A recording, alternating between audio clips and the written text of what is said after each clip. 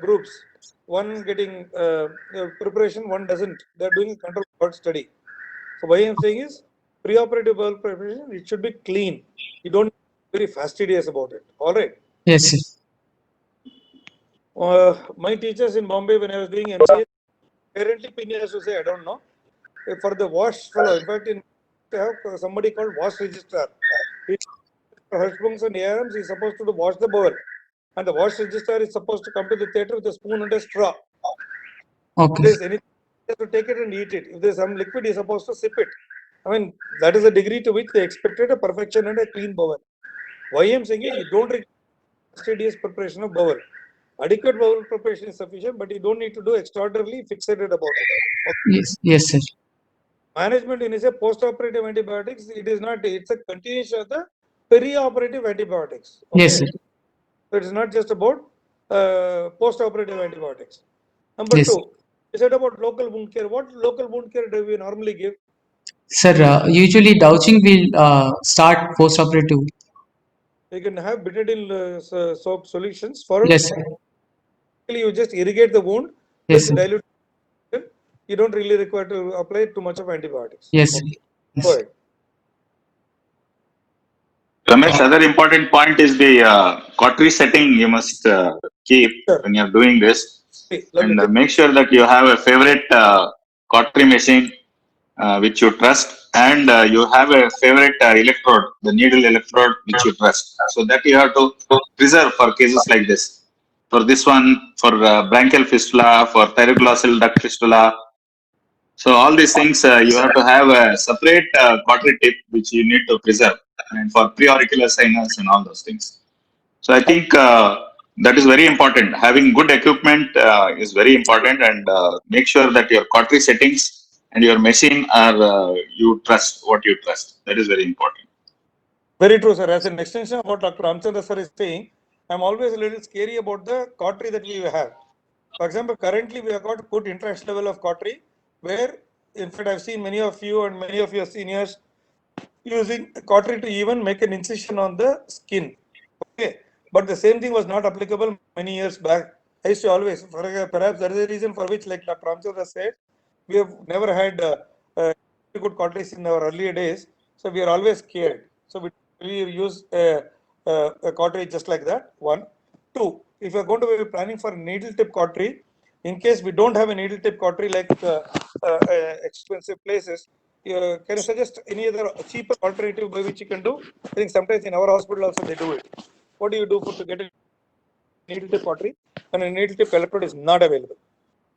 Sir, for the same cautery, whatever is there, we can just tie in normal needles, sir, with the Yeah.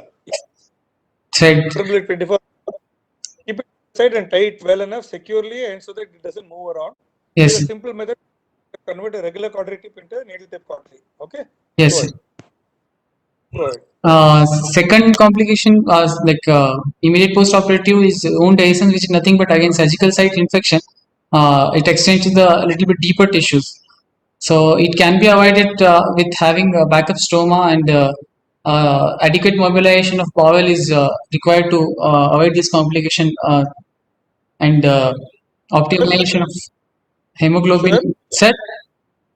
Sir, Please unlock the room. Quite a few people want to get in and they're not able to. Please yes, sir. unlock the room. Yes, sir.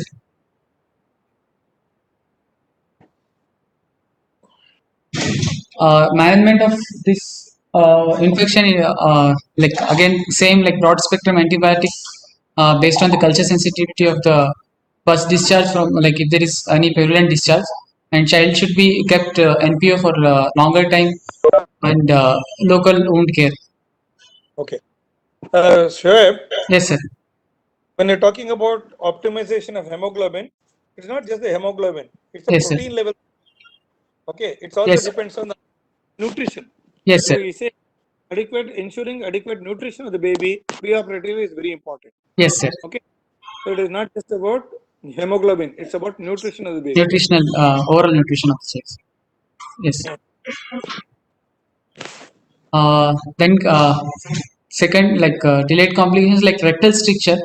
The causes in case of formation of rectal stricture after posterior sagittal aneurysmectomy or any definitive procedure of ARM, it might be because of local infection or because of ischemia, during mobilization of the rectum, the rectal blood supply itself is hampered. That causes ischemia of the pulled out bowel, or inadequate mobilization of bowel causes rectal stricture. This can be avoided with preserving the blood supply to the rectum and dissecting just below the fascia of Waldeyer, and the intramural blood supply of the rectum should be kept intact. Then anal dilatation program should be initiated as early as possible. The child should be started anal dilatation program like during the hospital stay only, that like 2 to 3 days before the discharge. And the parent should be properly counseled and motivated regarding the dilatation, because most of the children with anal stricture is because of poor compliance of anal dilatation. And sometimes dilatation should be done under diet supervision. Sir, Yes, sir. one second. I want you to clarify between anal stricture, rectal stricture, and anastomotic stricture. What are you meaning here? Rectum is fairly long structure. Sir, in this anal stricture is nothing but where we have brought out the like pulled out bowel and anastomosis of the skin, where there is narrowing of the that suture parts of Okay. suture part. Whereas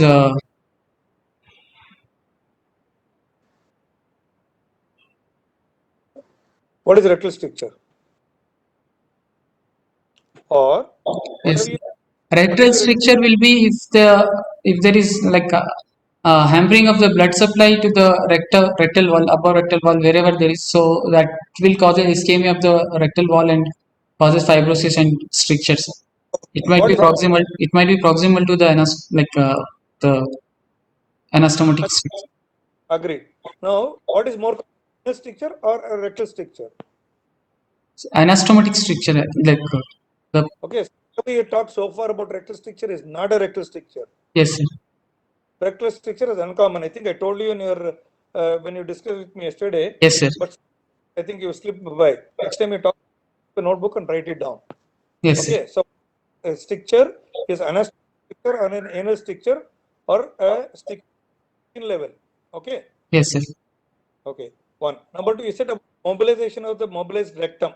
Tell me what is so unique about the rectal blood supply, which is not generally seen in the rest of the intestines, which is actually what is used when you're doing a PSRP. Sir, it is actually it has a good rich blood supply intramurally, sir. Very good. Very yes, good. You're okay. So if you got a rich intravascular blood supply, how do you think there is going to be ischemia of the distal end? Understand what I'm saying? Yes, sir. So I don't think we are going to go through this. If you're going through submucosal plane, if you're going to damage the mucosa, it's another matter. But I don't think any good surgeon is going to do that. So what is the commonest cause? There is a ischemia of the brought down colon. Sir, dissection beyond the if you are dissecting over the wall of the rectum itself, that may hamper the blood supply. Okay, let me answer it clearly. See, in a conventional PSRP, if you can stay to the rectal wall, you're going to dissect only up to the rectal wall. If you do not dissect inside the walls of the rectum, there's no chance of you getting into any sort of ischemia. Clear? Yes, yes, sir. You're doing an abdominal PSRP and you have not mobilized it well enough, or if you have amount of blood supply, or if you damage the marginal vessel, okay, of the sigmoid colon, then there's a good chance of you losing blood supply. Otherwise, if you have conventional PSRPs, you do not have a problem with ischemia, but more than ischemia, it's about bringing it under tension, inadequate mobilization and pulling it down. Yes. Because inadequate mobilization and you pull it down with force, okay, the distal may have stretched blood supply and there may be ischemia and the whole thing may retract. Okay. So Yes. it's a blood supply program. Blood supply is very important to make sure that if you're going to be a conventional PSRP, to stick to the rectal wall and not get deep inside, and to mobilize it well enough without tension to bring it to the surface. Okay, for Yes. enoplasm. If not, if you're doing abdominal PSRP, to make sure that you're going to retain the blood supply of the distal brought down colon, basically the marginal vessels, to make sure that it is adequately done. Number two, Yes. you lack dilatation program. Leave what you sold so far. You've been here in the hospital now for 1 year. Now you're in the second year. What is the anal dilatation program for the PSRPs that you're doing? How early you start and when do you start? Sir, usually post-operative day 10 we should start. Can. I'm asking you, what have you seen being done? I'm sure you must have seen at least 10-15 PSRPs done in the last 1 year, right? Yes, sir. Tell me what has been done right now. Forget about what is given in the book. We usually start after 2 weeks of surgery, sir. Got it. So, why do you want to change what is being done? If this is the case, why didn't you talk to the concerned people about why is it not done differently? This is the warning I'm giving to all postgraduates, irrespective of the institutes. The reason why I'm telling is, you read a book somewhere, you read a journal, and you believe it to be gospel truth. It need not be. The people who have been practicing something in your department, whichever department is working, am I clear? Sorry, Yes, somebody sir. is saying something. So somebody has been doing for last donkey's years, about 20, 25, 30 years, is not doing for no reason. Okay. So when you're presenting, you have expect you to present what is being done. And if you think it is contradicting to what is given in the books, you need to say, sir, the books say that you should start as early as possible in the first 1 week. However, we in our institute are practicing after 2 weeks. Fair. You tell me. I'll accept it. But you can't simply say this is what is given in book to be done. Wrong. Yes, sir. Are you dilating the anastomosis 2 to 3 days before discharge? No, sir. No. Then why are you saying so? Now you come back and tell me, why do you wait for about 2 weeks for dilatation? That is what do you think is the rationale? Why our department is doing anal dilatation after 2 weeks? Why not earlier? Why not later? You give me whatever reason you think is right. To give the time to heal that suture lines, Okay. So I why think. don't you do it after 1 month? Sir, Why don't you do it after 1 month? so if we leave for longer time, it may go for stricture, sir. Okay. So generally you do not do dilatations too early because the sutures have to take up. Yes, Wound sir. has to heal. And if you try to do it before the wound heals, there's a chance that you may disturb the anastomosis. You may disturb the sutures. Yes, sir. Okay. So you do the dilatation generally before 10 to 14 days. Most of us prefer to do it at the end of 2 weeks. Okay. Yes, sir. And don't do too late because you may already set up a stricture. Okay. 2. 3. There are other, do you know any other methods by which you can do dilatation? Whatever you're doing is correctly you're doing. Is there any other method by which you can do dilatation? Sir, dilatation under general anesthesia on weekly And basis, but it is right now not practical. not Anybody practical. else? Anybody else?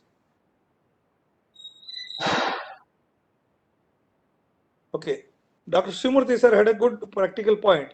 What you say is, if you're going to do dilatation retrogradely, that is from behind, from the anus up, okay, you're sort of stretching the sutures and the bowel to go up. It may end up putting a strain on the suture material. So what you used to do is to take a red rubber catheter, put it antegradely. That means if the patient has got a sigmoid colostomy, put a red rubber catheter through the distal stoma, okay, and you Yes, come down. It's a beautiful method because what happens is it's an antegrade dilatation, and whatever forces that you're giving through the dilatation is distally. So there's no way that there is a strain on the anastomosis. So you've got a difficult thing. There's another way to do dilatations. I mean, yes, sir. But red rubber catheter, like will it the diameter will be too small? that's what is a suitable diameter and do it. At least initially till it heals, the initial dilatations. Okay. Okay, sir. Subsequently, the regular dilatation. If you think the anastomosis is still kacha, you think it's not healed, and you don't want to disturb the anastomosis by you can try antegrade dilatation. given in books, but it's handy to keep in mind. They're not universally applicable, Yes, but sir. they're useful when there is a special requirement or a need. Am I clear? Yes, sir. Okay. Go ahead. Coming to treatment of stricture, if it is short ring like stricture of the anastomotic site, it can be treated can be managed with surgical Michelix type of plasty, dividing it vertically and suturing it transversely. If it is more longer than longer than 1 centimeter, then that segment of stricture should be resected with the rectum should be mobilized until the fibrotic portion whichever is there should be removed, and a fresh non-scarred portion of rectum should be pulled down, creating a new anus. Okay. Stop now. Go Yes. back. When I said Henicke-Michelix type of plasty, what is Henicke-Michelix type of plasty? So we'll divide the stricture area vertically and we'll just suture it transversely. Do you think it is easy to do? I never saw. Have you seen any anoplasties stricture release in our hospital in the last 1 year that you've been there? No, sir. I've not seen. Anybody else seen? I'm sure there must have been quite a few. Anybody else? How do you do anoplasty? What are the different methods by which you can do anoplasty?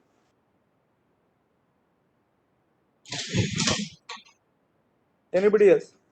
I thought at 5 o'clock meeting everybody will come, but I see that there are a lot of people. There are only 8 of us. That doesn't matter. Anybody else? Sir, anoplasty. How do you do anoplasties? Sir, most commonly we have seen cutback anoplasty, where Okay. we put on a skin bridge and then suture it. Cutback anoplasty is very useful if there is a congenital anal stenosis. But in a patient who has got a picture, it may not be that easy. So, what is the other method by which you can do? Have you heard of YV plasties? Yes, sir. Yes, sir. What is it? Sir, we take the Y incision will be, the V of the Y will be along the stricturous area, along the anal opening, and along the skin, vertical, will the limb of the Y will go. Then the end of Is it the, inverted Y or a regular Y? sir? Is it a regular Y or an inverted Y? Sir, inverted Y, which will be converted into a V. So, you put an inverted Y with a vertical limb in the rectum. At the Yes, inocular junction is a junction of the stem of the V, Y with the V. Then you make a skin. Okay, you cut it adequately for the stricture to release. Raise the skin flap and make the Y into V. That means basically you are interposing a V flap of the skin into the anastomos so that it breaks the circle. Am I clear? Yes, sir. What are the other methods of doing anoplasty apart from this? Okay, Ramchandra sir will tell something new. That's why I'm saying. I'm waiting for Ramchandra sir to jump in and say that. Sir, you described us one more double Y plasty, no? Can you please elaborate, sir? No. It is difficult to tell in words. You have to demonstrate it. Maybe I will share it with the people there after I draw a diagram. It is Okay. basically a diamond island you have to make in the skin, and then you shift the island after cutting the stricture into the anus. That is how you do it. And then you can do the Homewood-Nixon double diamond anoplasty also by excising 2 diamonds on either side and then suturing them vertically, and then the skin will go inside and then the stricture will be taken care of that way. Okay. So, But the YV and the double diamond one is double diamond means the one which I described, the island, the diamond island. yes, sir. I will draw and share it with the other people later. Yeah. So, point is, when will you choose to do this and when will you choose to revise the anastomosis? Because all patients you can't do this YV plasty. You said you're going to do. Sir, if it is ring stricture, like small short segment stricture, we can go for this YV plasties. Okay, fine. So it is longer. So how will you assess the stricture is long? Because when you're putting from outside, the finger of your finger does not go inside. Understand? So preoperatively, how will you identify that this patient is just a short segment stricture for an YV plasty? Because when it's what do you call rectum mobilized until fibrous PSR. That means you need to have a proper PSRP incision, go inside, mobilize the rectum, pull it down, okay, and make it. It's not going to be easy. Okay. Yes, So sir. that means it's revision PSRP. Okay. So how will you determine the length of the stricture clinic?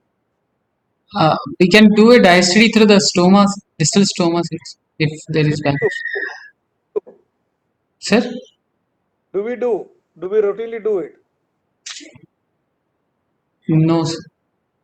So anybody else? Ravneet? You're the only final year I can see. Sir, we do augmented this distal cologram only. Yes, When right. we have a doubt. But you do it on all cases. No, sir. When So we what are you do? How do you generally see what is it? So this is where the blocks. picture is important. Okay. But Yes. patient where post-operative is healed very well, patient has been following up with you, has defaulted on anal dilatation. You see the child and has got a stricture is likely to be just a pinpoint stricture at the anal skin. You put in a finger, you feel there's only a small little fracture. Okay. Whereas patient possibly has got a wound breakdown, ischemic stenosis, and you feel that it is not working out. Postoperatively, there's a big wound breakdown, and the patient comes back with the whole thing healed. Then you think now you know that it is not all right, especially because there's a retracted one. Two, Okay. here in such cases, basically you feel that there's no mucosa in the lower end. It is just a hard stricture because what has happened basically is the rectum is retracted. What heals in the lowermost part is the local fibrous tissue, local tissue which has got fibrous and contracts. So that is a longer segment for which local PSRP, I mean local anoplasties won't work, you require more. Okay. Okay. This is exactly the reason for which, okay, I always insist that you should do a PR to find out the stricture. The reason is most of the many times people simply give the anal dilator with a plastic or metal and they say push it. The point is there may be a stricture and they may be pushing the stricture inside and saying it is going in. Not all right. So any patient who comes on a follow-up, you require to do PR, gentle PR with a little finger and to see how things are. Okay. And 100% before colostomy closure, you have to check this because unless this is sorted out, you cannot plan to do a colostomy closure. All right. Yes, So do PR by yourself is very, very mandatory. Next thing I wanted to say, when you say beautiful point, you pointed out last. Weakly forceful dilatation under GA may provoke laceration. What does it mean? How does actual dilatation help? What is the principle under which anal dilatation works? And what is counterproductive to anal dilatation? like that whatever anastomosis we have created because of the dilatation, it will that competency of the lumen will be remaining same. So Anybody else? I think Shoaib is at a loss. Anybody else? Ravneet, Vandana? I think I see two seniors.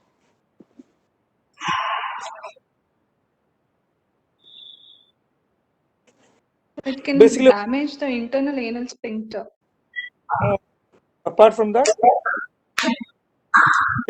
specific. What is the principle of why do you do dilatation work? Have you thought about contraction.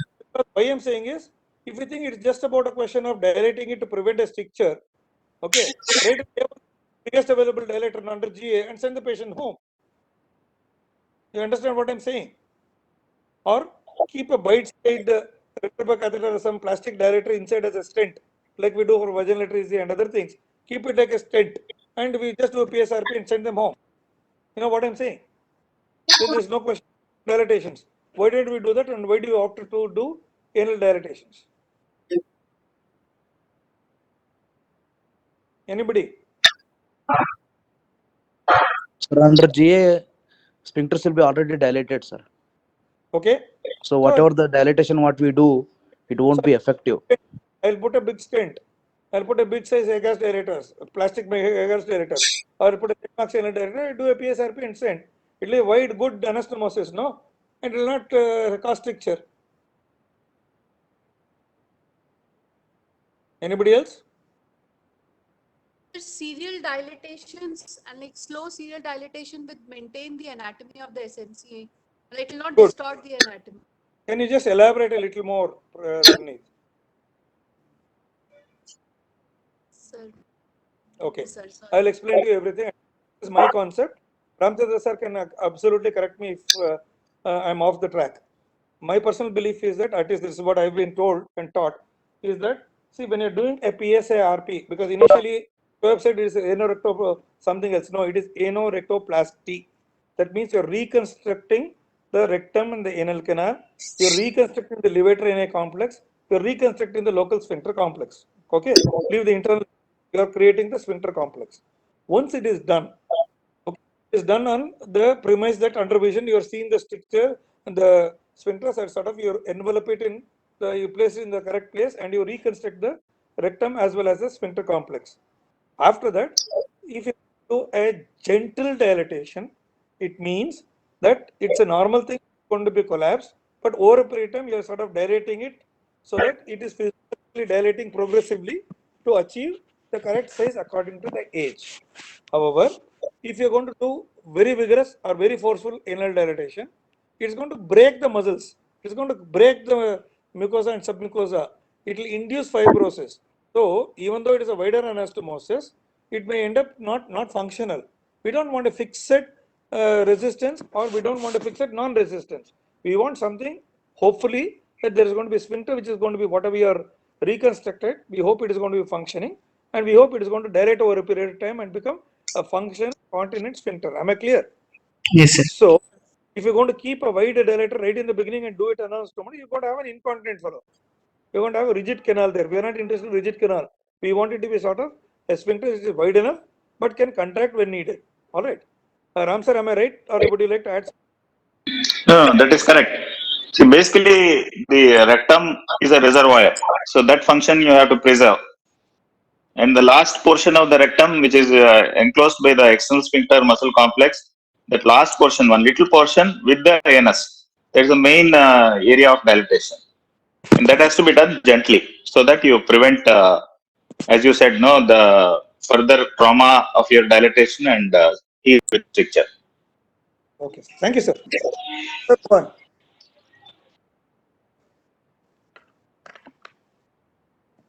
Sure, go on. Yes, sir.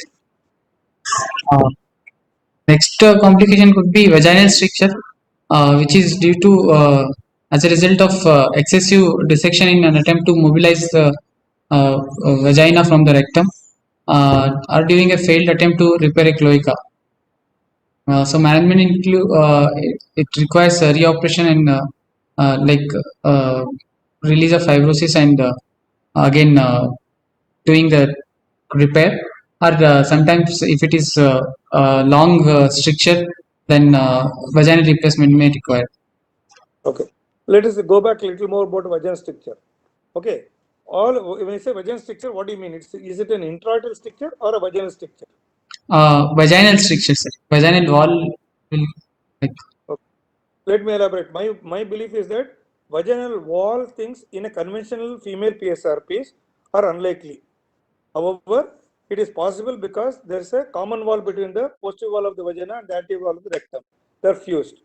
If you have assisted enough PSRPs, you will realize that actually you are making a plane between in a fused plane between rectum and vagina, and there may be chance of vaginal injury.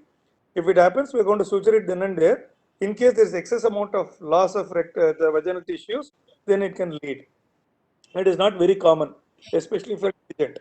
However, intraoral stricture can happen because if you are excessively closing off the vaginal introitus, it can have vaginal introitus, for which you may require an introitoplasty. Clear? yes, sir. One. Number two, in a case of cloaca, please realize that there is a lack of tissues. When there is a lack of tissues, the first priority will be for the urethra, second priority will be for the vagina, and third priority is for the rectum. That means whatever local tissue, the common channel which is available, we are going to leave it for the urethra to be formed because we don't want urethral stricture. That's a primary priority. We don't want incontinence of urine.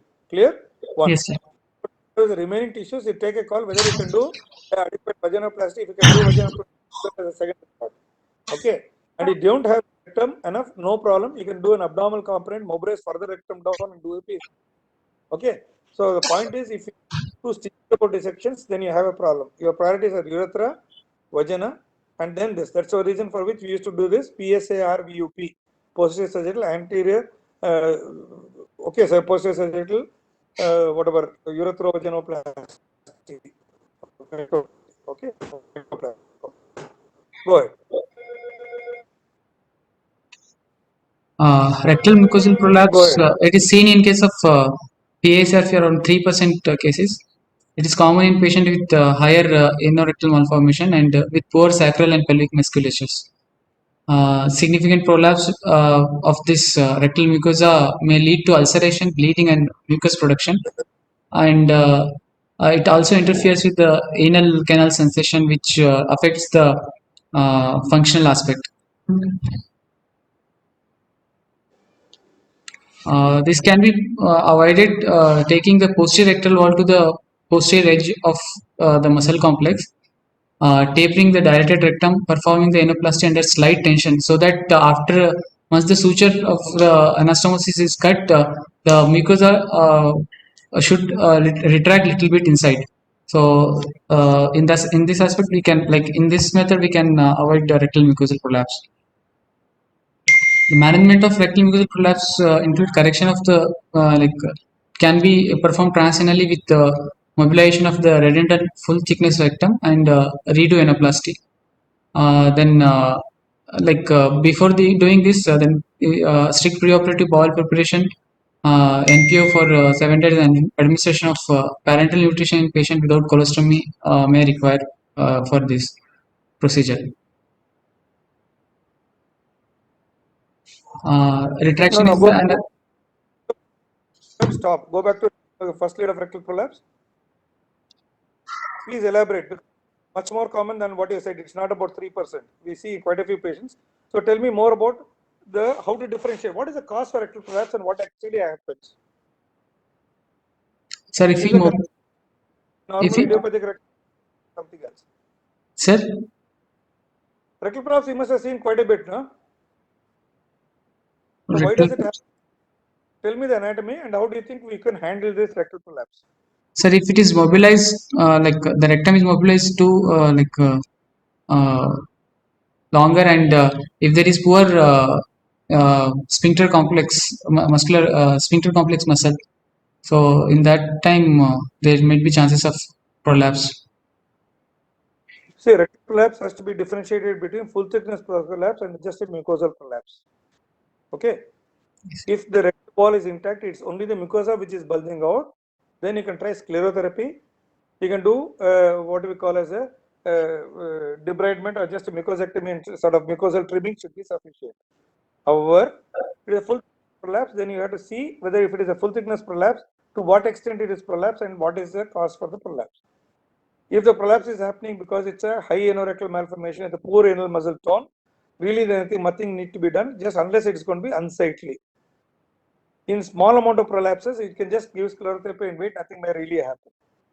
However, if the prolapse is significant, apart from all these things, the major other thing is because of the mucosal secretions, the children find it very uncomfortable because when they sit in the underpants, there will be some amount of mucosal discharge. So these are the patients you have to think of for treating. As I told, you said treating mucosal. It is just a mucosal prolapse. You can just sort of wait and watch to see if it settles down. If not, you can give either a sclerotherapy or just a mucosal trimming. However, if it is going to be a full thickness prolapse, making sure that you have to take the child to OT and you have to make a sort of revision anoplasty. Okay, what do you call it? Detach the sutures, bring it out, and trim it. This is seldom needed, but may be required in some cases. Okay, and the you said is when you're doing a rectal prolapse, the prevention of rectal prolapse, basically there's a difference in the school of thought. For example, in our MCH days, we were clearly taught that it is better to have a prolapse as compared to a stricture or a retraction. Because if it retracts the problem, so most of us had a tendency to leave a little more outside, so the prolapse is much more. However, if you look Puritans, what they tend to do is to make sure that they retract in such a way that the skin and the mucosa actually give a puckered look.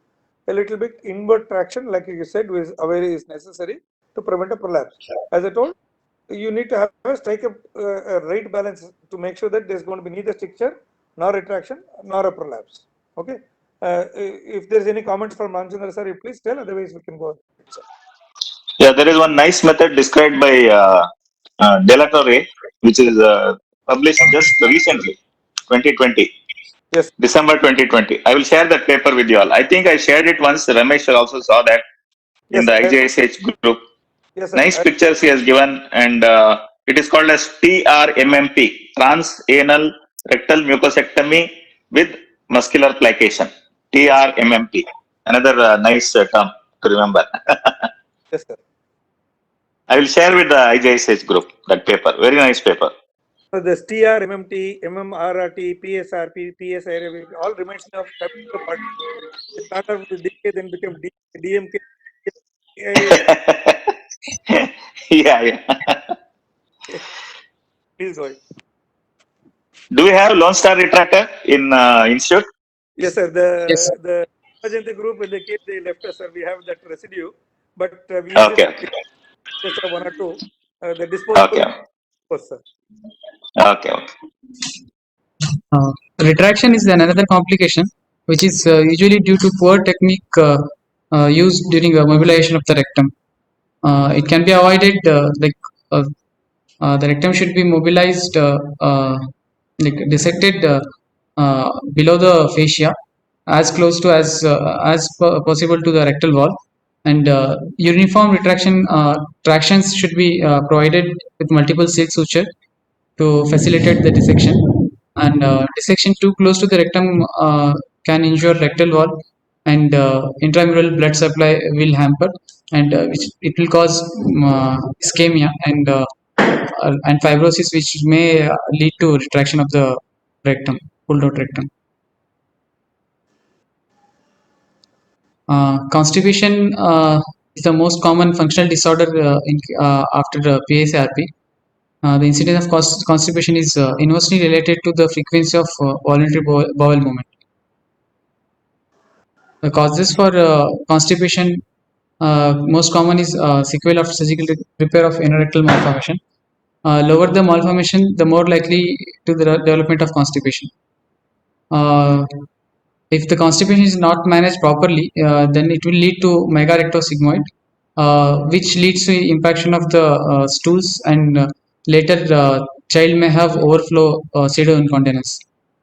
Transverse colostomy, because of transverse colostomy, there will be like left microcolon, and the rectosigmoid will be dilated.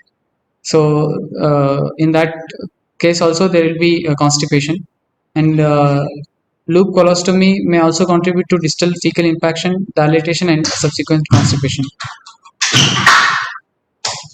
It can be avoided by keeping the bowel collapsed and clean as soon as the baby is born, before going for definitive procedure. Adequate management of constipation starting after colostomy closure is crucial, and post definitive procedure colostomy closure should be performed as early as possible to avoid constipation.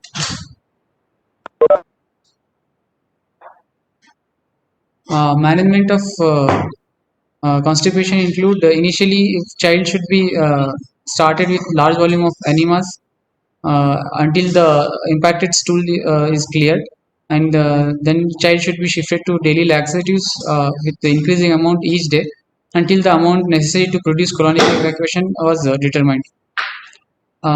If the patient demonstrated the capacity to feel the stool in the rectum, reach the bathroom, have voluntary bowel movement, and remain clean every day, the patient will be considered as continent. In extreme cases of constipation, sigmoid dissection will the dilated sigmoid dissection will also help to avoid constipation and further need of laxatives. Sure, we will talk about this later. Okay, I think there's one more section for constipation incontinence, so we leave it here. Go ahead. I'm looking for you to tell me intraoperative and immediate postoperative complications. Yes. Go ahead. Rectourinary or rectovaginal fistulas, these can be three types. Like it can be a persistent fistula, which is nothing but the original fistula not addressed during the primary procedure. Recurrent fistula, where the fistula has been initially addressed but it recurred. Acquired fistula are nothing but these are the fistula which are nothing but iatrogenic due to damage during the intraoperative like during the procedure. Persistent urethral fistula can occur in patients who were born with a rectourethral fistula and underwent repair that did not address the fistula. Recurrent rectourethral fistula results if the fistula is closed, but the rectum is not mobilized adequately, leaving the anterior wall under tension. Or if there is dehiscence of the anterior rectal wall, there will be again recurrence of the fistula. Or if there is like the sutures in the rectum adjacent to the sutures in the urethra, which have been repaired, may lead to formation of again a fistulous tract. Acquired rectourethral fistula can occur in male usually if they undergo their first operation without a Foley's catheter. During the mobilization of anterior wall of the rectum, and unrecognized urethral injury can occur. This can be avoided with preoperative uh, uh, pressure augmented distal cholesterol to look for the fistula's site. This fistulous tract can be approached posterior sagittally.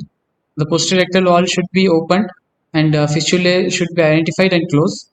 The rectum then needs to be separated from the urinary tract or the vagina and mobilized as to be sure that a completely normal anterior rectal wall is left in front of the urethral vaginal suture line. Persistent urogenital sinus. This problem occurs in patients who are born with a cloaca. Their operation can also be approached in this persistent urogenital sinus can be approached posterior sagittally. Here the rectum should be dissected completely first and reflected out of way, which will allow to expose the persistent urogenital sinus and managed. Acquired urethral stricture, as I mentioned earlier, like during the procedure, if there is any damage to the urethra, that will heal with the fibrosis and may cause acquired urethral strictures.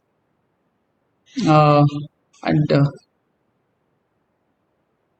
it is usually it can be avoided with the preoperative pressure augmented distal cholestogram to identify the fistulous tract and dissecting accordingly. The management include Sure.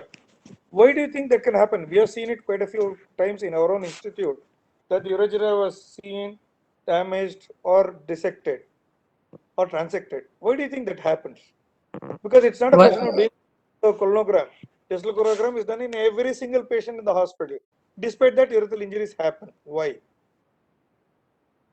sir, if we try to dissect uh, between the between the common wall, there might be chances of damaging to the posterior urethral walls. Okay. So if the damage occurs, usually the healing will be with the fibrosis causing the strictures. Elaborate a little more. What are the reasons why there may be urethral injury during a PSRT?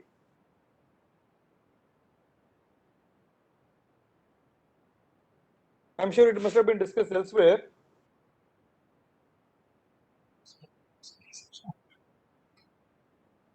Very often it is because of the inability to identify where the pouch ends and the fistula starts. Okay, urethra starts.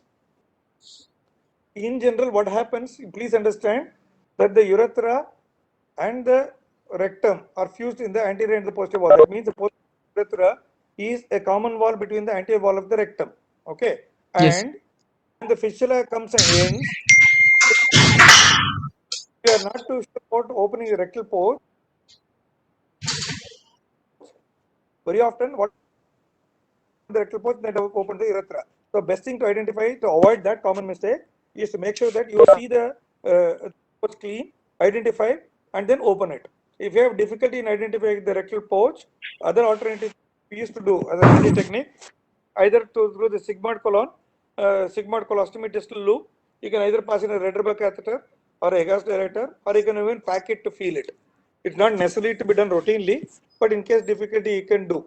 Like Shoaib said, it is very necessary to study the distal cologram very thoroughly to look out where is the level of the pouch and where is the level of the fistula. It is a rectobulbar fistula, it is very easily accessible from below. Whereas it's a rectoprostatic or rectovesical fistula, that's a place where actually fistula ends higher up. And once you open, you may not be able to see the pouch. What you see generally is mistaken to be the pouch, and the people open it and end up in a stricture. Oh, this is one.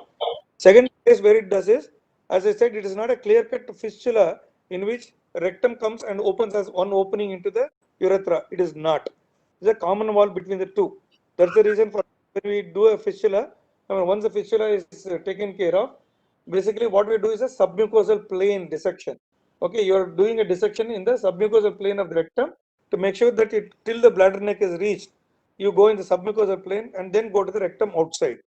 If this plane is not properly adhered to, you will have problems. For example, if you go deeper, you have prostatic plexus of vessels, and you may end up opening the prostate and have torrential bleed. Or if you go deeper, you may damage the urethra, or you may devascularize it.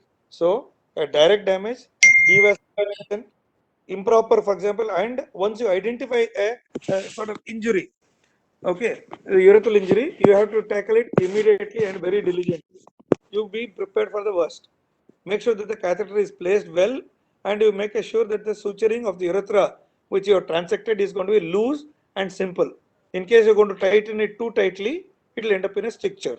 If there's a loss of segment of urethra for whatever reason, I've seen people doing it, then again it is better to handle it in a completely different way, because this is the level stricture is a post-urethral stricture, and it's very difficult to handle post-operative. You can't say that, okay, let a stricture happen, we'll handle it later. It's not feasible. So these are the cases you have to be diligent to make sure that the urethra is not damaged. Urethra also can be damaged even for a cutback anoplasty, especially when the rectum, the anterior wall of the rectum is too anterior, it can happen. So PINIA recommends that all patients of low anorectal malformation, whether they do anoplasty or a limited PSRP, should be catheterized. I used to take it lightly, as I said, I used to laugh at it because I never had it, but I've seen it literally people doing it, so it's better to be careful. Am I clear? Yes, sir. It's better to prevent it than to have it. Okay, go ahead. Another complication is posterior urethral diverticulum, which occurs when a retained portion of rectum is left attached to the posterior urethral wall. The child will be initially asymptomatic, but after few years, child may develop passage of mucus through the urethra, dribbling of urine, and epididymoarchitis because of repeated infection and UTI and urinary pseudo-incontinence. The management of diverticulum is with a posterior sagittal incision, mobilization of the rectum to expose the posterior aspect of the urinary tract, identification of diverticulum and dissection of it down to the urethra. And the diverticulum should be separated from the urethra in same manner as in the primary repair of ARM, with urethra closed, and the diverticulum should be resected. Shoaib, here you are blindly translating what is seen in the book. Can you imagine, for example, if you have developed a patient, the patient has got a posterior diverticulum that you are describing, significant as to cause symptoms, and you're going to go through a posterior sagittal incision. How are you going to mobilize the rectum? Because the operated PSRP, the entire thing is fibrosed, or you already placed in the sphincter complex, or is just simply going to go around the rectum, mobilize the rectum, keep it side and damaging the sphincters? No, sir. We can. So what you have to do? Have you applied your mind? Sir, Anybody else? Yeah, tell me. Either you or anybody. sir, we can. If you're making a posterior incision, the rectum is intact and is already repaired. So how are you going to go through it? So we can mobilize the rectum anteriorly, sir. Like, how do you do, madam? Sir, you're going posterior sagittal. First you get a posterior rectal wall, then rectum, then the anterior wall, then is the sixth. So tell me how to reach it.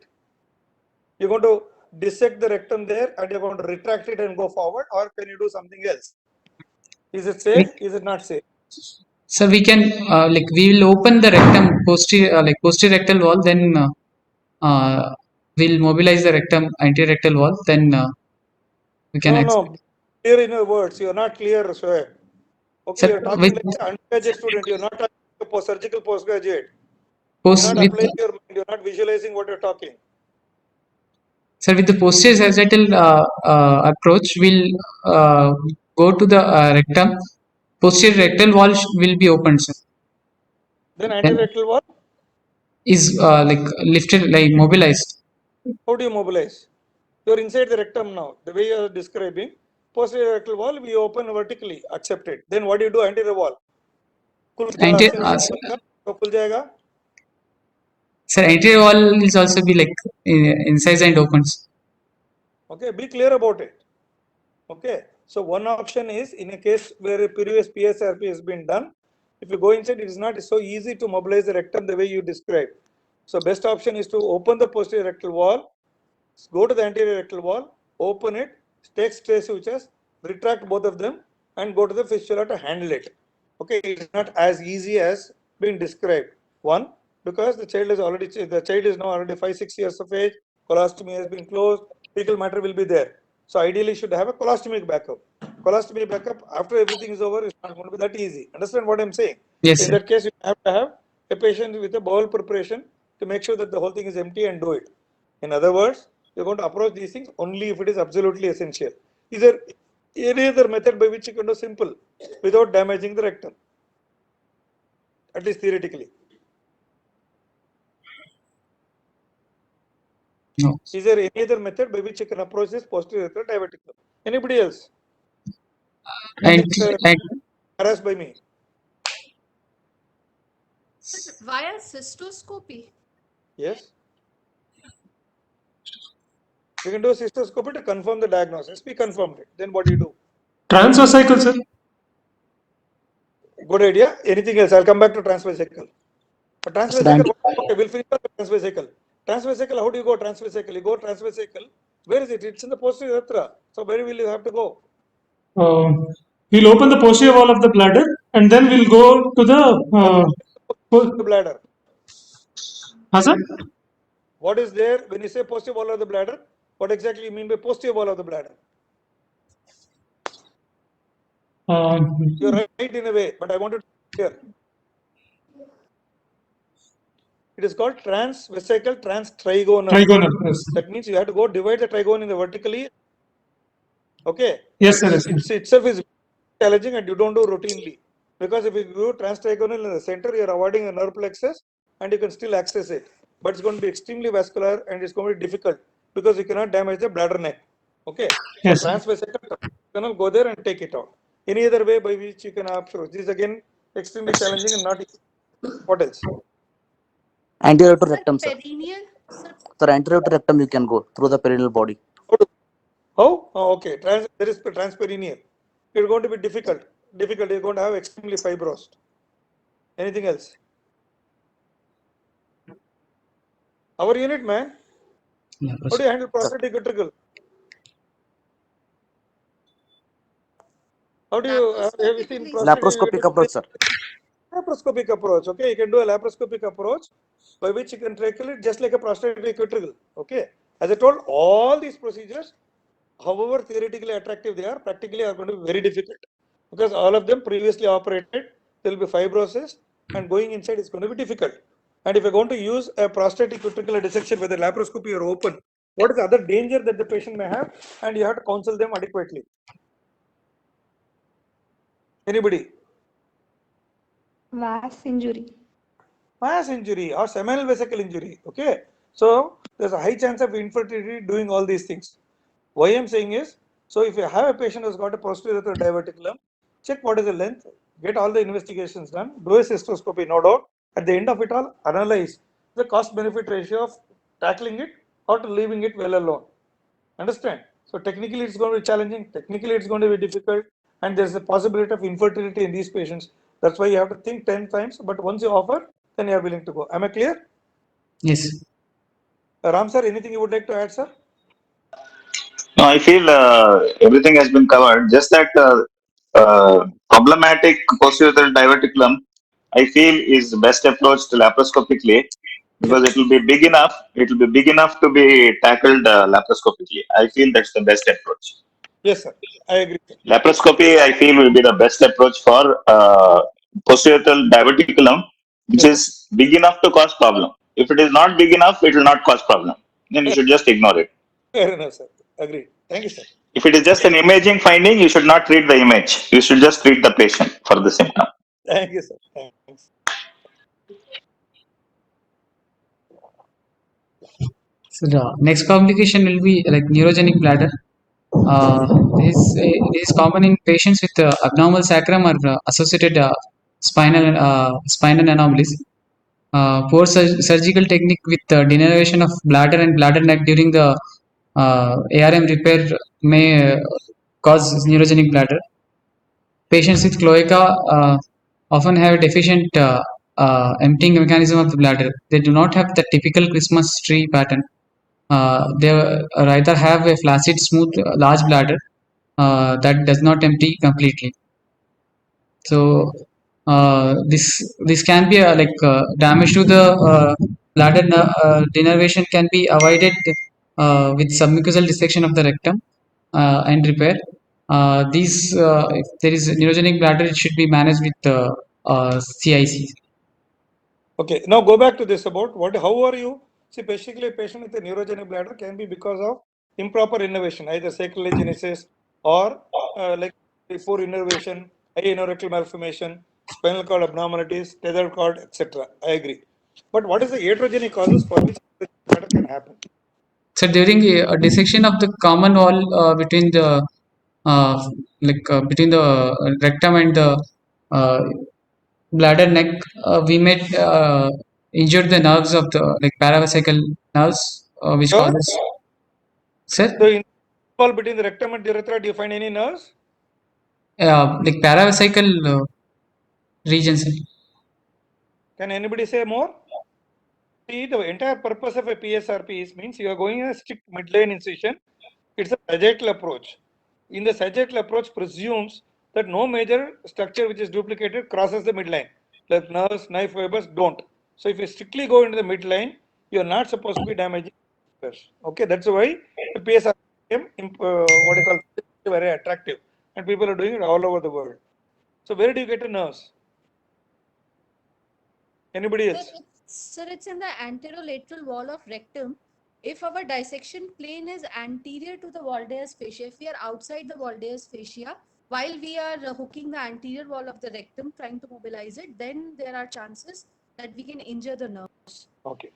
As an extension, I would like a conventionally, yes, anybody is talking, somebody is trying to say something. Please tell. Okay. See, please understand that normal per anatomy, the sacral nerves are arising from the sacral S3, S4. Okay. And then there is rectum, which is anterior to it, which is on both the sides, the nerve fibers go and they enter into the bladder. Am I clear? Whereas in a patient with an anorectal malformation, rectum is not there. So rectum is actually higher up. So the nerve fibers S2, S3 which are coming, which normally should have gone lateral, are now much more medial than before. Am I clear? Can you visualize what I'm saying? Yes, sir. So, okay. So it is advantage if you're going to remain strictly in the midline, stick to the wall of the rectum without anything else, then you are less likely to damage the nerves. Okay. Whereas it is very tempting when you're doing there, just like the way we mobilize everywhere, use a peanut and sort of push the rectum up surrounding structures, you are likely to injure the nerves. Okay. So first thing is make sure that you're going to be strictly in the midline till the rectum is. After the rectum is reached, as you rightly said, go inside the Waldeus fascia, stick to the wall of the rectum, and make sure that you don't injure anything else. Apart from that, avoid excessive traction laterally because that may call the neuroplaxia. Understand? In order to mobilize, the common technique is to put a Langenbach retractor or something in the lateral wall by the side of the rectum and then pull the whole thing up and try to see with a scissors or fiber or a peanut to dissect it. That is very likely to damage the nerves.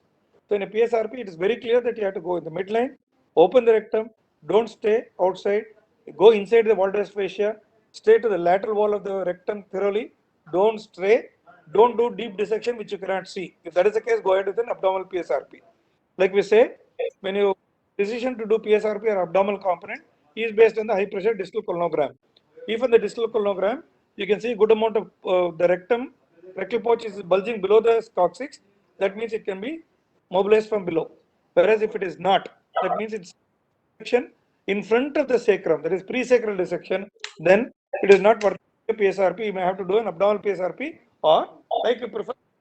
All right. Am I clear? Yes, So sir. neurogenic times is because of an improper technique, excessive retraction. Okay. So avoid that. Go ahead.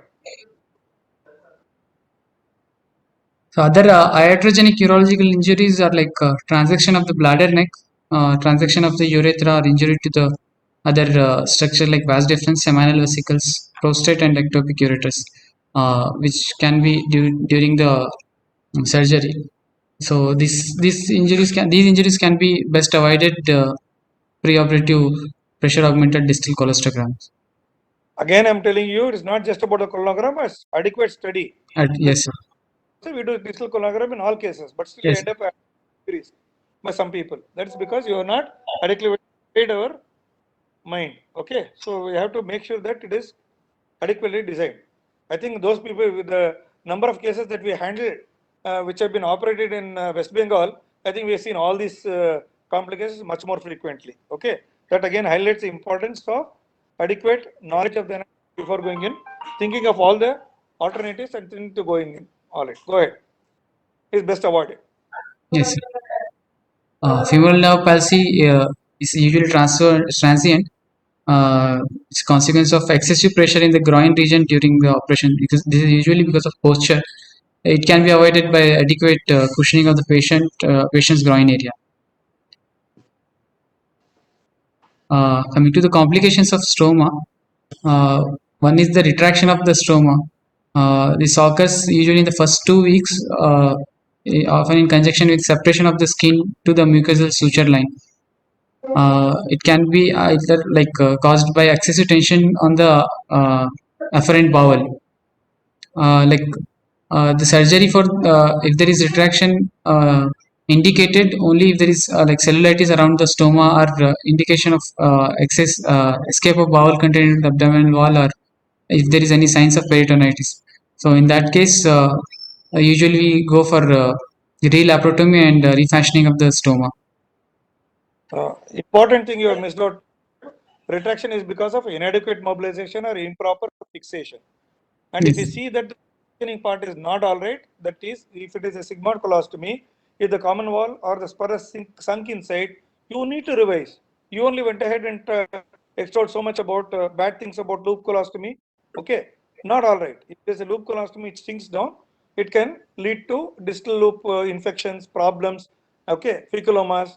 So if functioning colostomy is not adequately defectionized, you need to revise the colostomy. Clear? Yes, sir. How do you prevent retraction? What you are doing here to avoid retractions? So we mobilize the uh, uh, bowel adequately, and we'll keep the bowel pouting out, and proper fixing with the external oblique aponeurosis. Apart from that, what else you do to make sure that the spur doesn't sink down? We'll put a feeding tube between the two loops. Okay, so make sure that the spur is adequately mobilized, kept outside. So when you're taking a U-stitch that is between the proximal and the distal afferent or the efferent loop, make sure that the spur is well maintained. Or you can, like I was telling earlier, you take multiple stitches to make sure that the spur is well maintained. Retain a colostomy rod or a feeding tube for at least about 2 weeks to make sure that it doesn't sink inside. 3, when you're taking a pouting out now, make sure that you're going to take the skin, the base of the colonic wall and the mucosa so that it is everted well. Okay. So these are the for retraction. Okay, go ahead. There might other complication of the stoma is stenosis of the stoma. Uh, Usually, stenosis, if there is child is decompressing well, then nothing is to be done. If that is like difficult, like there is difficulty in decompressing of the bowel, then revision of the stoma is required. Prolapse is another complication of the stoma. This is more common in case of if the stoma is done in mobile portion of the colon, like in transverse colostomy. And it is also common in case of loop colostomy. Yeah, prolapse of the stoma is usually managed conservatively. If like usually we are going to close ultimately after the definitive procedure. So most of the time prolapse is not not addressed surgically. So it can be managed conservatively. If it is prolapse is more length, then we have to refashion and redo the stoma, like revision of the stoma is done. For prolapse, other thing what people do is one, if it is really a severe prolapse, you can just actually reduce the whole thing and you can put a sort of narrowing stitch at the Yes. level so that it doesn't prolapse, just like a thesis stitch people do. Next thing what people do is, if it is going to be, again, you have to differentiate between whether the prolapse is afferent loop or efferent loop. If it is efferent loop prolapse, it doesn't really matter because it's all right. Whereas the afferent loop may cause obstruction, may be causing inadequate decompression. If that is the case, what people also have done is to take a nipple, the feeding bottle nipple, sort of cut it so that at least decompression happens, invert it, put it in the proximal loop and just put a thing, tape it across so that at least decompression happens, but the colon is kept inside. Okay. Yes. And very near the colostomy closure, a definitive procedure, you can hasten up the procedure and close the colostomy sooner. Okay, next.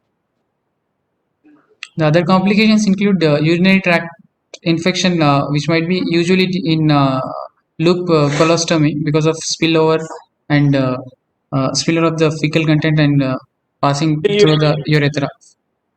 Boss, Shoaib, Abhayan, I'm telling you, the fault is not in the loop colostomy, but it's Poor because technique. of Poor techniques. apply your mind. I think I've told you 10 times.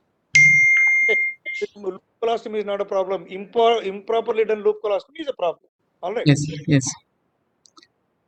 Skin excoriation is the other complication.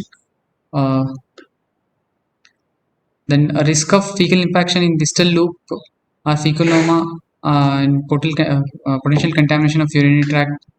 Reverse orientation of colostomy during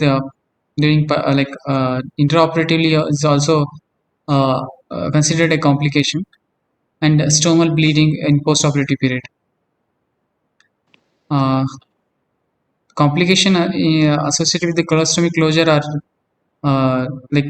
post closure at the anastomotic. If there is anastomotic stricture or develops, then that child may have intestinal obstruction, or wound infection is common after colostomy closure. There might be incisional hernia. Usually, it's not common in children after like colostomy closure, but there might be some sort of incisional hernia, or there might be anastomotic dehiscence if there is uh, if the vascular there is no good vascularity at the anastomotic end. Sepsis and bleeding during the surgery are the other complications. That's all. Okay. Thank you, sir. Anything from anybody or Ramchandra sir before we close? No, nothing. I think the Shoaib is showing remarkable leaps and bounds improvement in his presentation and his discussion, Yes, sir. which I really liked. So congratulations, Shoaib. Thank So you. you are applying your mind and you're reading. I think that Corona must have done something to your brain and your resolve to become a complete pediatric surgeon. And you realize that now you can't escape. 1 year is over. No. Now you have to be a pediatric surgeon. So good. I'm seeing a lot of application and your involvement in the discussion is very good. I like it. Thank you, sir. Very good. So it's a circumcoronal this thing, sir, approach. What is that? Circumcoronal approach, I said. Sir, I agree with what Ramchandra sir said. I can see remarkable, but go along complacent. Okay. Yes, thanks.